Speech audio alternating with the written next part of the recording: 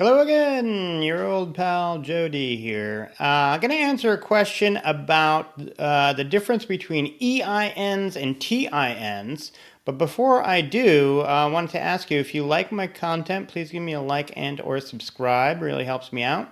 Thanks so much. Okay, so EIN, TIN can be very confusing.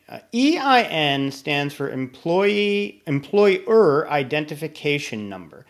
And it's also commonly referred to as your tax ID, sometimes even as your FEIN or Federal Employer Identification Number. Mainly what this is like a social security number for your business. It's for businesses, and it is used by the IRS to essentially track taxes related to your business, particularly payroll taxes. However, when you are a business, everybody asks for your EIN in the same way that they ask for your social security number when you're a person. So when you go to a bank account, they want your EIN or your tax ID, as they call it. You know, when you go do anything, when you apply for a loan as a business, they're going to ask for your tax ID. A whole host of things will ask for your tax ID.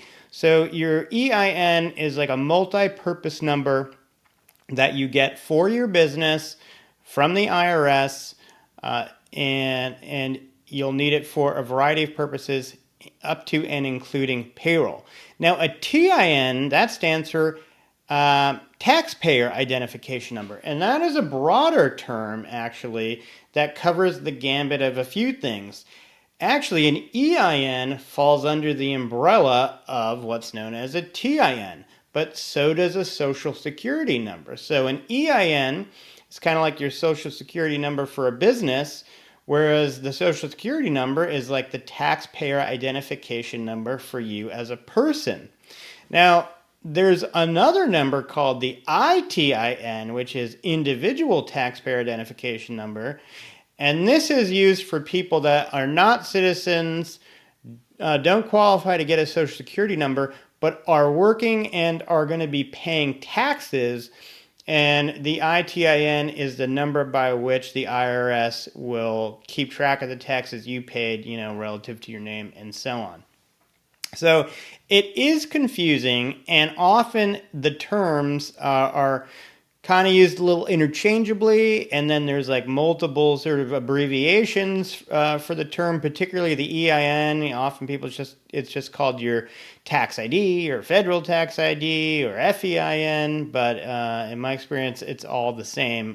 Those things are all the same. So you got TIN, broad group, and under that, you have some varieties of taxpayer numbers, the EIN, the Social Security number, the ITIN, and I think even a couple more. So hopefully that clarifies that. I'll throw one additional bit of info that can further confuse this. If you're not like a corp or an LLC or something like that, and you're doing your business just as what we might call a 1099er, an independent contractor, and your business activity tax ID number is actually your social security number. And you can have employees as an independent contractor and use your social security number as the business tax ID. I don't recommend that. I wouldn't do that for me. I mean, I'm incorporated, so I have a tax ID for my S Corp.